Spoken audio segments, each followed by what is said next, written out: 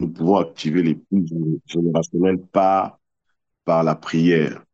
Déjà, je tiens à rappeler au passage au secteur administratif qu'il y a des enseignements qui ont été donnés la semaine dernière qui manquent. Donc, Lisa et Eric, prière de nous envoyer les supports d'enseignement le plus rapidement possible. Alors, les puits générationnels. Vous savez, quand nous tenons en prière, comme le frère Danny, le frère Axel l'ont dit tout à l'heure, il y a des choses que nous activons. C'est des gros sacrifices que de se réveiller chaque 5 heures. C'est énorme. Parfois, on est fatigué, surtout un lundi, lorsqu'on sait que la semaine a été intense. Nous nous tenons debout pour prier. C'est pas facile. Mais ces sacrifices ne sont pas vains, ne seront pas vains. Je disais il y a quelques jours, ce que nous sommes aujourd'hui est lié à notre prière d'hier. Et ce que nous faisons aujourd'hui va conditionner ce que nous serons demain. La faiblesse que tu manifestes aujourd'hui est liée à la faiblesse de ta prière d'hier. La force de ta prière d'aujourd'hui va déterminer l'homme ou la femme que tu seras demain. Et donc, c'est important de comprendre tout ce que nous sommes en train de faire et tous les sacrifices que nous engageons aujourd'hui ne seront pas vains. J'aimerais parler un peu des puits, comment on peut activer par la prière les puits générationnels, comment nous pouvons activer par la prière les puits générationnels. Et à partir de mercredi, nous allons revenir sur, principalement sur l'enseignement du dimanche, voilà, sur la puissance de l'information. Mais j'ai à cœur de partager un peu cela sur les puits générationnels avec vous ce matin. J'aimerais que vous puissiez commencer la semaine avec cette vérité-là. Vous savez, le principe des puits est un principe spirituel. Et nous le voyons dans la parole de Dieu que les hommes ont généralement eu à creuser des puits. Des pères ont creusé des puits. Abraham a creusé des puits.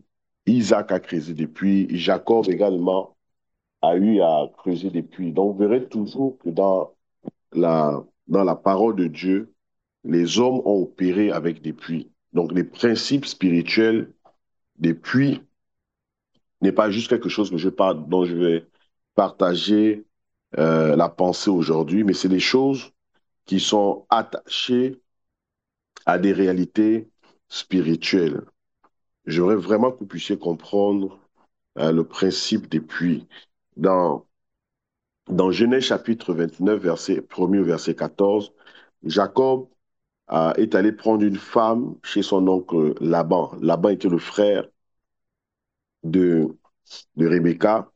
Et donc, c'est là-bas où Jacob est allé trouver une femme. Dans la Bible des cas, Jacob se mit en marche et partit pour le pays des fils de Kédem. Il regarda et voici, il y avait un puits dans la campagne. Vous êtes dans Genèse chapitre 29, verset 1 à 14. Il regarda et voici qu'il y avait un puits dans la campagne. Il y avait là 3 troupeaux de moutons couchés près du puits, car les troupeaux s'y abreuvaient. Une grande pierre fermait l'orifice du puits. Quand tous les troupeaux y étaient rassemblés, on roulait la pierre de dessus l'orifice du puits, on faisait boire le petit bétail et l'on remettait la pierre en place sur l'orifice du puits. Jacob dit aux gens, mes frères, d'où êtes-vous? Je vais aller rapidement, c'est long. Et je vais directement au verset 10. Dès que Jacob vit Rachel, la fille de Laban, frère de sa mère, et les moutons de Laban, frère, les moutons de Laban, frère de sa mère, il s'avança, roula la pierre de dessus l'orifice du puits. Il fit boire les moutons de Laban, frère de sa mère. Jacob embrassa Rachel, il éleva la voix et pleura. Jacob apprit à Rachel qu'il était le parent de son père et le fils de Rebecca. Elle courut en informant son père. Dès que Laban entendit parler de Jacob, fille de sa sœur, il courut à sa rencontre. Il l'étreignit, l'embrassa, l'amena chez lui. Jacob lui raconta toute l'affaire. Laban lui dit, tu es sûrement mes os et ma chair. Jacob habita pendant 1 mois avec lui. Regardez attentivement, nous parlons de comment la prière active les puits générationnels. Lorsque nous sommes en train de prier, tous les programmes de prière que nous sommes en train de mettre sur pied, la prière personnelle active les puits générationnels. Regardez comment Abraham, même avant, a connecté Isaac à sa femme. C'est au travers un puits. Vous savez que quand le plus ancien des serviteurs d'Abraham est allé chercher une épouse pour Isaac, c'est au puits, en réalité, qu'on a trouvé Rebecca et que Rebecca est devenue finalement l'épouse euh, d'Isaac. Et lorsque Jacob aussi va chercher sa femme, et lorsqu'il s'enfuit de la maison de son père, il va également trouver une femme près du puits. Donc le puits est un endroit d'alliance.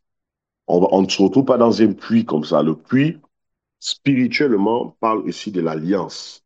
Moïse, en fuyant l'Égypte, se marie au pays de Madian. Je suis en train de vous amener à comprendre que les puits, c'est les endroits des alliances, c'est les endroits des mariages. Moïse, fuyant l'Égypte, se marie au pays de Madian. Exode chapitre 16, verset 22. J'espère que tout le monde est là. Le prêtre de Madian avait 7 filles. 7. Donc, Séphora, la femme de Moïse, elle n'était pas la seule fille, en réalité, du prêtre Jéthro. Non, Jéthro en avait 7. Et la Bible dit, nous sommes dans Exode chapitre 16, verset 22, je vais commencer à partir du verset 16. Exode chapitre 16, verset 16 à 22. La Bible déclare, le prêtre de Madian avait 7 filles. Elles vinrent puiser et remplir les auges pour abreuver le troupeau de leur père. Les bergers vinrent les chasser. Alors Moïse s'éleva pour les secourir et il abreuva leur troupeau. Elles revinrent près de Réouel, leur père, qui leur dit, donc Réouel, c'est aussi Jéthro, pourquoi êtes-vous revenu si tôt aujourd'hui? Elle lui dit, un Égyptien nous a délivrés de la main des bergers. C'est même lui qui a puisé pour nous et qui a abreuvé les troupeaux. Il a dit à ses filles, mais où est-il? Pourquoi avez-vous laissé cet homme? Appelez-le qu'il ment. Et Moïse accepta de s'établir près de cet homme qui lui donna Sipora, en fait, ce qui veut dire Séphora, sa fille. Elle enfanta un fils et lui donna le nom de Gershom, qui signifie émigré, là, car il dit, je suis devenu un émigré en terre étrangère. Vous voyez ici, ça c'est encore la preuve que l'alliance s'est passée au niveau du puits. Je vais aller rapidement. Jésus et la femme samaritaine au puits de Sichar, Jean chapitre 4, versets 5 à 14. C'est ainsi qu'il parvint dans une ville de Samarie appelée Sichar, non loin de la terre donnée par Jacob à son fils Joseph, là même où se trouve le puits de Jacob. Vous voyez, je peux aller comme ça là. Euh, on peut passer toute la journée et vous verrez toujours. Et vous voyez que le problème de cette femme, c'était un problème de mariage. Parce qu'à un moment donné, dans la discussion avec Jésus, vous allez voir que Jésus arrive à détecter le problème de la femme. Il dit à cette femme, oui, effectivement, tu as eu 5 hommes, mais même celui avec lequel tu es n'est pas ton mari. Donc, je disais que les puits sont des lieux des alliances. Et pendant que nous sommes en train de prier, pendant que nous engageons la vie de prière personnelle, communautaire, familiale, nous sommes en train en réalité d'activer des puits. C'est des choses qui sont en train de se passer spirituellement. Peut-être que vous ne voyez pas cela, mais des choses sont en train de se produire. Et je parle ici des puits générationnels. Le mot génération concerne, en fait, une génération, c'est des relations, concerne en fait, je vais expliquer ça comment. Laissez-moi essayer de trouver un mot simple. OK. La génération, c'est un ensemble des êtres qui descendent de quelqu'un à chaque degré de filiation. On peut également parler de génération, des personnes qui descendent des mêmes ancêtres. Ça, c'est une définition de génération. La génération, c'est aussi un concept en sciences sociales qui est utilisé en démographie pour désigner une sous-population dont les membres ayant à peu près le même âge ou ayant vécu à la même époque. Donc, quand les gens vivent à la même époque, ont à peu près le même âge, d'accord, et appartiennent à un sous-groupe, d'accord, démographique désignée. On parle également de génération. Donc, la génération peut être définie comme des personnes appartenant à la même lignée. On parle de la génération des fils d'Abraham, la génération, voilà. Mais la génération sociale est un concept de science sociale utilisé en démographie qui vous désignez une sous-population des membres ayant à peu près le même âge ou ayant vécu à la même époque. Bref, je vais aller rapidement. Alors, je vais rapidement indiquer les puits, comment, par la prière, nous activons les puits des générations. Et quand nous sommes en train de prier, nous prions avec cette dimension de ce que chaque fois que nous nous réveillons à 5 heures, chaque fois que nous nous rassemblons, en réalité, il y a un puits. Vous ne le voyez pas, mais ce puits existe. Et vraiment, nous devons le comprendre. Genèse chapitre, premier puits que nous pouvons activer par la prière, c'est le puits de la Chaïroï. Le puits, vous avez déjà certainement entendu déjà parler de ce puits, c'est le puits prophétique. Je vais rapidement aller, rapidement. Genèse chapitre 16, versets 1 à 14. Le puits de l'Achaï Roï. L-A-C-H-A-I, trait d'union, Roï, R-O-I. Donc, ce sont des I trémas. Le puits de l'Achaï Roï. Pendant que tu pries, tu dois savoir que tu peux aller atteindre ce puits. Je suis en train de parler à un peuple prophétique. Le prophétique, ce n'est pas signifier que vous êtes des prophètes, nous sommes, mais ça signifie que notre peuple, tout ce que nous enseignons depuis un moment, je vais vraiment activer quelque chose de particulier quand nous prions. Genèse chapitre 16, verset 1er au verset 14, le puits de la Chaïroï. Genèse chapitre 16, verset 1 à 14. Dans la version Semeur, il est dit ceci rapidement. Saraï, l'épouse d'Abraham, ne lui avait pas donné d'enfant, mais elle avait une esclave égyptienne nommée Agar. Elle dit à Abraham, tu vois que l'Éternel m'a empêché d'avoir des enfants, va donc vers ma servante, peut-être aurai-je un fils par son intermédiaire. Abraham suivit le conseil de sa femme, Sarai, femme d'Abraham, prit donc sa servante Agar et la donna pour femme à Abraham, son mari. Il avait alors 10 ans qu'Abraham séjournait dans le pays de Canaan. Ils s'unirent à Agar, elle devint ancienne. Quand elle vit qu'elle attendait un enfant, elle se mit à mépriser sa maîtresse. Alors Sarai dit à Abraham, c'est toi qui es responsable de l'injure qui m'est faite. J'ai poussé ma servante dans tes bras et depuis qu'elle est devenue enceinte, elle me méprise. Que l'Éternel soit juge entre nous. Abraham lui répondit, ta servante est à ton pouvoir. Agis envers elle comme bon te semblera. Alors Sarai la traitera si durement que celle-ci s'enfuit. Maintenant, verset 7, rapidement, suivez maintenant attentivement. L'ange éternel la rencontra près d'une source d'eau dans le désert. Le mot source d'eau ici parle ici d'un puits. Une source d'eau ici parle ici d'un puits. Pendant que nous sommes en train de prier, il y a une source d'eau. L'ange la rencontra près d'une source d'eau dans le désert. Celle-ci se trouva sur le chemin de Chour. Il lui demanda, l'ange, Agar, servante de Sarai, d'où viens-tu? Où vas-tu? Elle répondit, je m'enfuis de chez Sarai, ma maîtresse. L'ange d'Éternel lui dit, retourne auprès de ta maîtresse, humilie-toi devant elle. Et il ajouta, je te donnerai de très nombreux descendants. Ils seront si nombreux qu'on ne pourra pas les compter. Puis il ajouta, voici, tu attends un enfant, ce sera un garçon et tu l'appelleras Ismaël, Dieu entend. Ta Dieu t'a entendu ou car l'Éternel t'a entendu dans ta détresse. On sait que si Dieu entend ce qu'on prie, tout le monde avec moi, ton fils sera comme un âne sauvage, il s'opposera à tous et sera une butte à l'opposition de tous, mais il assurera sa place en face de tous ses semblables. Agar se demanda, ai-je réellement vu ici même le Dieu qui me voit? Et elle appela l'Éternel qui lui avait parlé du nom de Ata El Roi, c'est toi le Dieu qui me voit. C'est pourquoi on appela ce puits Bir Lachai Roi, le puits du vivant qui me voit. Il se trouve entre Kadesh et Béret. Le premier puits que nous pouvons activer par la prière, c'est le puits de la Roi. C'est le puits du Dieu qui nous voit. Est-ce que je suis en train de parler à quelqu'un? Pendant que tu es en train de prier, pendant que tu es en train de prier, il y a un puits que tu es capable d'activer. Et pendant que nous serons en train de prier ce matin, il est important que nous puissions activer le puits de l'Achaï Roi.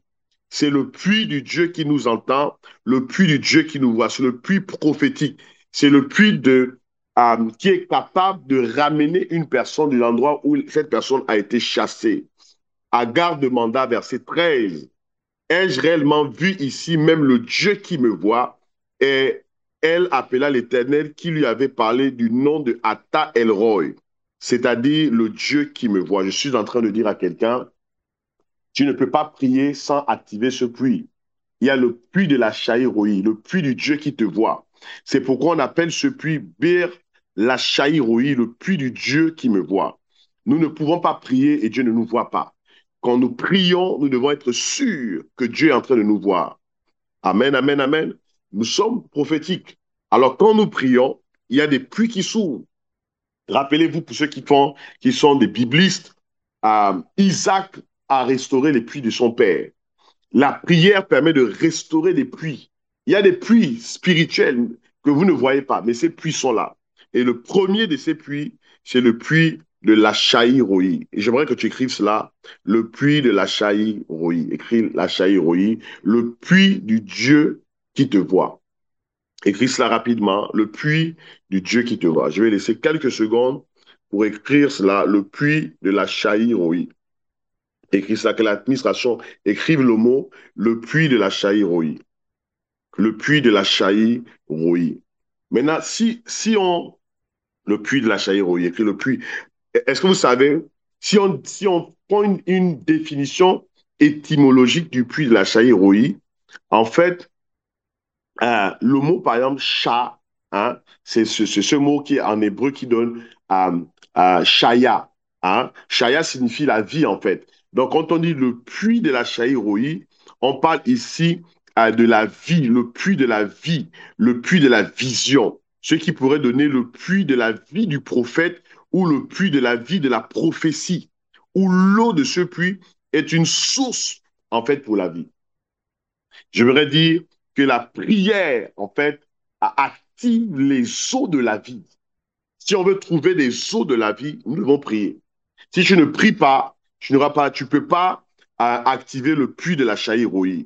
Ah, je parle à quelqu'un, hein, le puits de la Roi. Parce que Roi, en fait, ça vient d'un mot en hébreu qui dit roé. Roé. Roé signifie la prophétie, hein, ou la vision. Donc, à Roi, hein, à Chaï, le puits de la Roi, erré parle du puits ou de la fosse, Shai parle de la vie, et Roé parle du prophète ou de la prophétie ou de la vision. Donc, le puits de la Roi, littéralement, parle du puits de la vie du prophète ou le puits de la vie de la vision. Donc, quand nous prions, Dieu active le puits de la Roi. Et maintenant, dorénavant, quand tu pries, tu dois savoir que tu es en train d'activer un puits. Deuxième puits activé quand nous prions. C'est le puits des origines des pères. Il y a des choses que, je vais le dire peut-être prophétiquement aussi, il y a des choses, quand nous prions, Dieu restaure les puits de tes pères.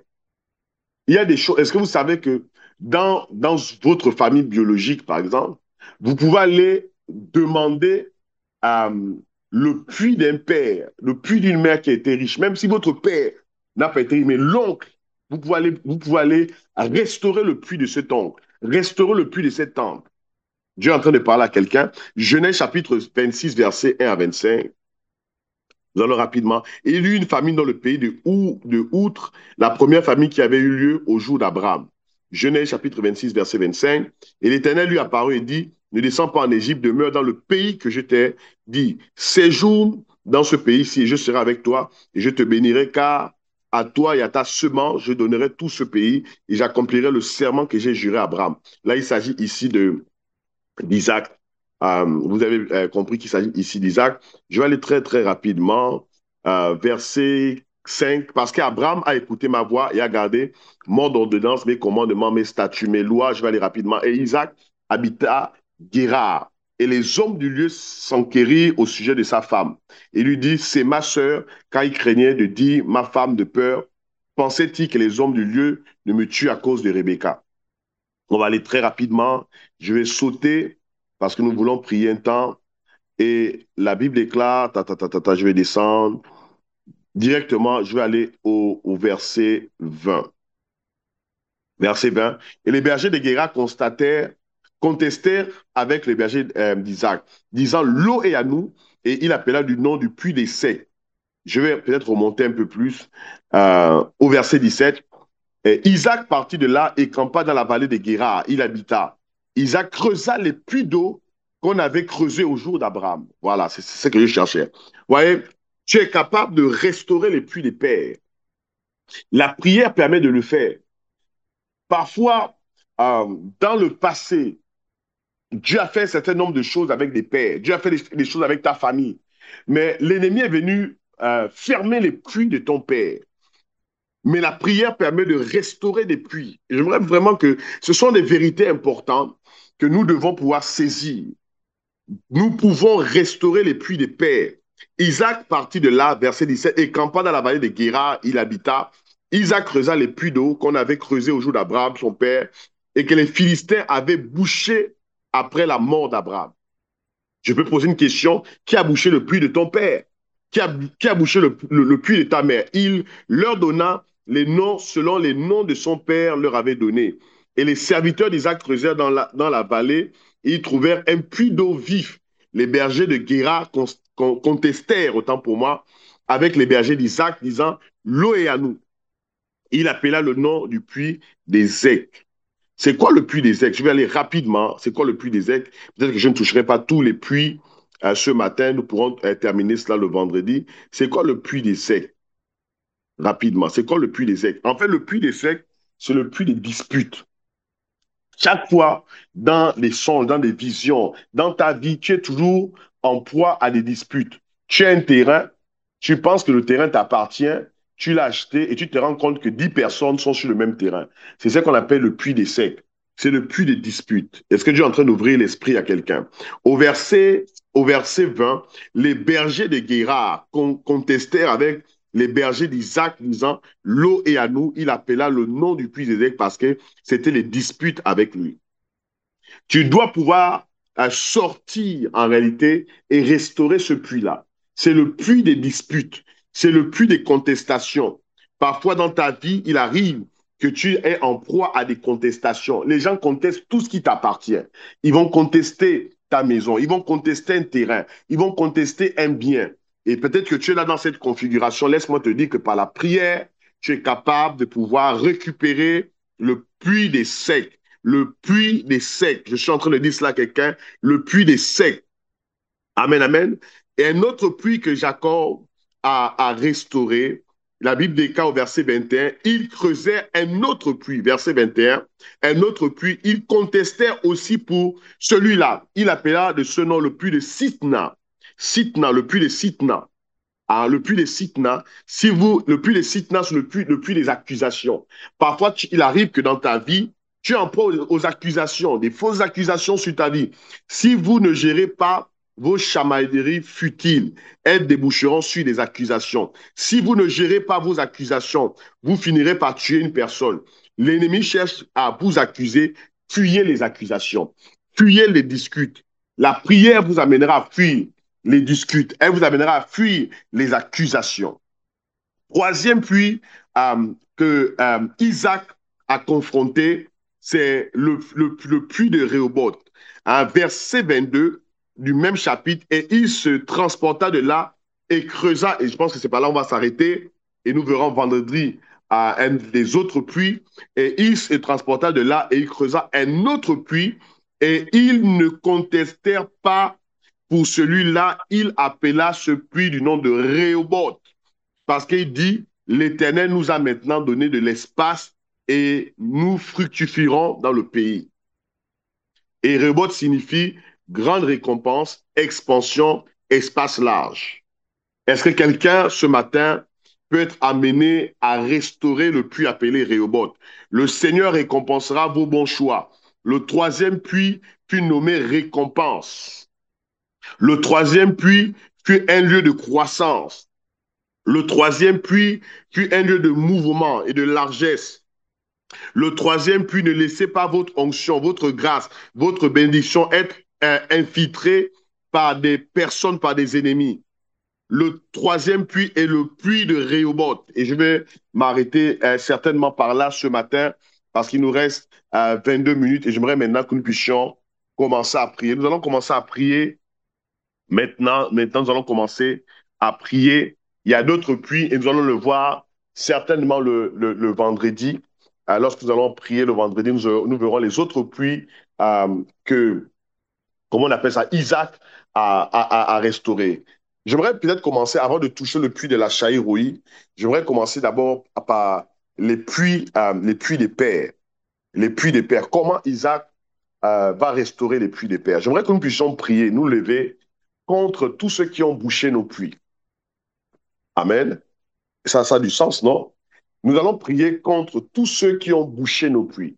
Tu te retrouves parfois, tu ressens spirituellement que les gens ont bouché des puits. Le puits était un symbole aussi de richesse. Je parlais de symbole d'alliance, mais le puits également est un symbole de richesse. Donc, dans notre contexte actuel, tout ce qui est lié à ta richesse, c'est un puits en réalité. Les hommes creusaient des puits comme symbole de force et de richesse. Le bétail était aussi un symbole de richesse. De nos jours, la richesse pour toi est un puits.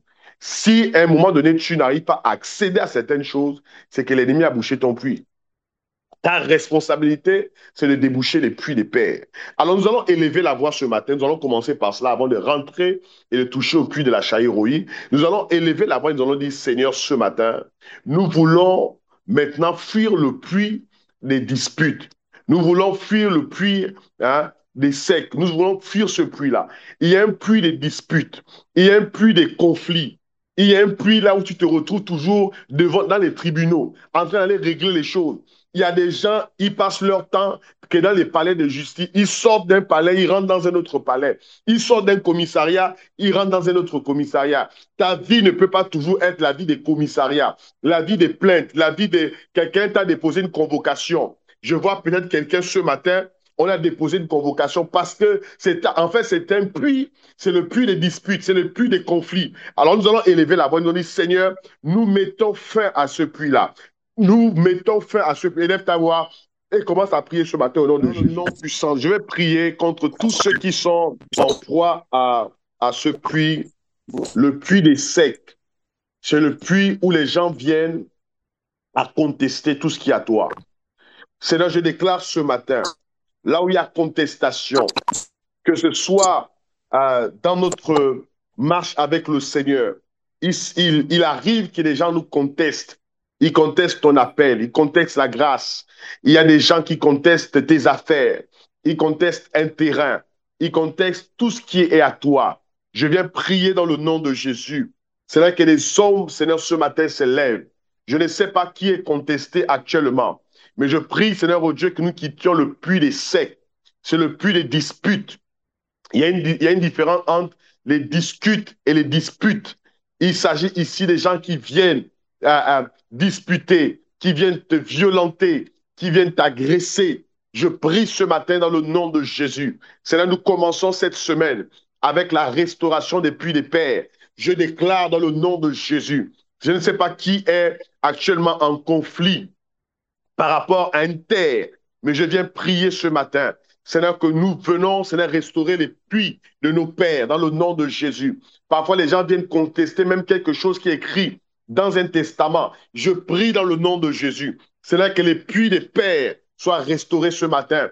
Dans le nom puissant de Jésus, tu as acheté une terre avec tous les papiers, tu te rends compte que 10 personnes sont sur le même terrain. C'est des puits à restaurer. Je déclare ce matin, dans le nom de Jésus, Seigneur, que le peuple s'élève dans le nom puissant de Jésus. La prière, Seigneur, au Dieu, active, Seigneur, au Dieu, l'esprit, Seigneur, au Dieu, pour restaurer les puits des pères. Isaac, Seigneur, au Dieu, a mené ce combat pour les puits des pères. Rababa, Rabba, Shadadaba. Il y a un autre puits dont je parlais ce matin en ce qui concerne Isaac, c'est le puits des accusations. Je ne sais pas qui t'accuse. Je ne sais pas qui est en train de fomenter un plan contre toi. Quel est le conciliabule? C'est le second puits qu'Isaac a tenté de creuser à nouveau. La Bible déclare qu'ils accusèrent à nouveau. Ils vont à nouveau contester ce puits. Verset 21. Nous prions ce matin, je déclare ce matin, le puits des contestations. Le puits des contestations. le puits des contestations. C'est le puits de Sitna. Ce puits, c'est le puits des accusations. Je viens éteindre les accusations. À un moment donné, la Bible déclare qu'un sacrificateur, dans le livre des Zacharie, appelé le sacrificateur Josué, s'est tenu dans la présence de Dieu. Et la Bible déclare que son vêtement était sale. Et le diable est allé vers Dieu pour l'accuser. C'est ça, en réalité, qui se passe dans la vie de beaucoup de personnes. Tu es accusé ça et là. Tu es contesté ça et là. Tu passes de tribunaux en tribunaux. Tu passes de commissariat en commissariat. Tu passes d'accusation en accusation. Tu es même le nom que l'on prend dans des forums pour accuser. Tu te retrouves dans plusieurs sauces parce qu'en réalité, on te mange le matin, à midi et le soir. Mais je viens prier ce matin. Nous commençons cette semaine et nous mettons fin au puits de Sitna, le puits des accusations, dans le nom puissant de Jésus. Je mets fin à cela dans la vie de quelqu'un qui passe du temps et la vie de cette personne, c'est seulement des accusations. Des accusations. Je prie dans le nom de Jésus que tu sortes des accusations. Je déclare, Saint-Esprit, ce matin, Seigneur, que les personnes soient libérées des accusations qui t'accusent ce matin. Saint-Esprit de Dieu, je déclare que quelque chose se produise, Seigneur, dans le nom de Jésus, que le puits des accusations, le puits des Sitna, nous quittons ce puits ce matin, dans le nom puissant de Jésus. Je vais prier dans le nom de Jésus que Dieu amène quelqu'un au puits de Rehoboth.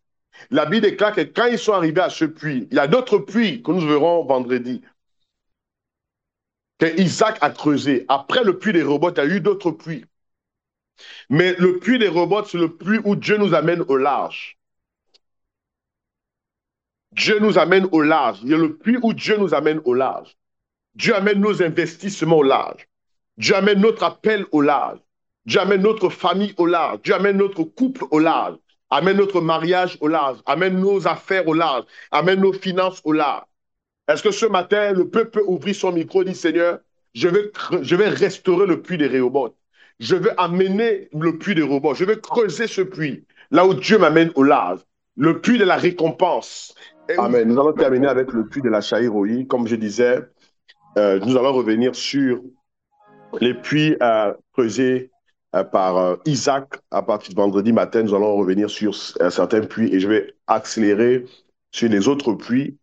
Mais je vais insister, revenons sur le puits de la Chaïroï, le puits du Dieu qui me voit. Et pendant que nous serons en train de prier pour cela, nous devons voir, rappelez-vous de dimanche, hier, pour ceux qui étaient à Libreville, nous avons parlé du pouvoir de l'information. La vie de prière est activée, l'esprit de prière est activé par l'information. Il a un puits qu'on appelle le puits de l'Achaïroï. Et ce puits concerne tout le monde.